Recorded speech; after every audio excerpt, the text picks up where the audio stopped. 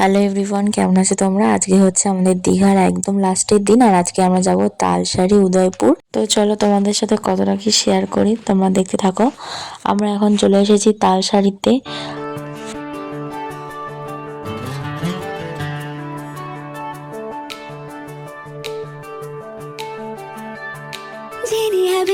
खुशबू तेरी है मैं महक रही हूँ,